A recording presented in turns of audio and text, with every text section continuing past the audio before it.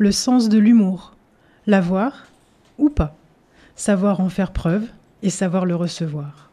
Le sens de l'humour sauve, il permet une distance sur les événements, il permet un angle de vue sur les situations et à bien y regarder.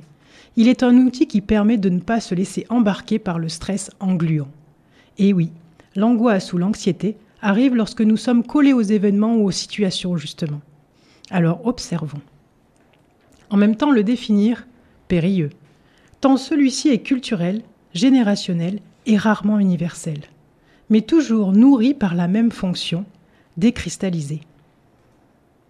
Nous pouvons en dresser la liste sûrement non exhaustive, l'humour de situation, le sens de la dérision, de l'autodérision, l'humour anglais, le mot ou le trait d'esprit, l'ironie, l'absurde et même l'humour noir qui toujours cherche à faire rire. Toutes ces formes permettent d'être à la vie, avec plus de légèreté, plus enjouée. J'emprunte à Serge Uzan cette citation. L'humour est l'adrénaline des optimistes. Là où d'autres formes d'humour consistent au sarcasme, au ricanement, au persiflage ou encore au cynisme, qui pourrait être considéré comme une forme de lassitude fatiguée, mais aussi comme un mode de critique ou de scepticisme réaliste. Cet état d'esprit se manifeste comme le résultat de la frustration, de la désillusion ou d'une confiance faible en l'avenir. Et oui, d'un point de vue à un autre, ce qui est considéré par certains comme de l'humour peut être considéré par les autres comme une méchante moquerie, une insulte ou dans certains cas un crime. Cela nous amène à la question en matière d'humour. Peut-on rire de tout ? Question à laquelle je ne répondrai pas aujourd'hui. La seule chose que je peux dire, comme dans tous les autres domaines de la vie, tout est affaire d'intention. On a tous subi la pire raillerie de l'un de nos proches, mais avec aucune intention de nuire, avec simplement l'intention de faire bouger les lignes, créer du flou, permettant l'ouverture.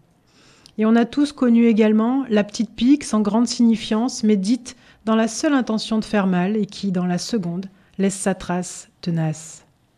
Du coup, l'humour, à manier avec prudence tant il est affaire de perception.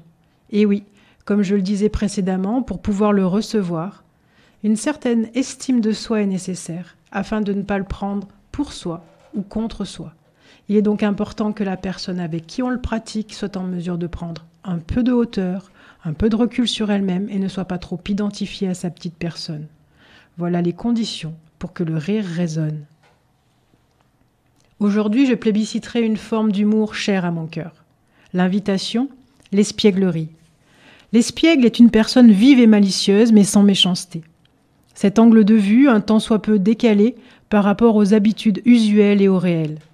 Cette vision oblique permettant de faire front avec plus de décontraction. Cette manière de sortir un peu du cadre, des conventions et des habitudes sociales. Et puis, c'est sans danger. À vous de l'expérimenter.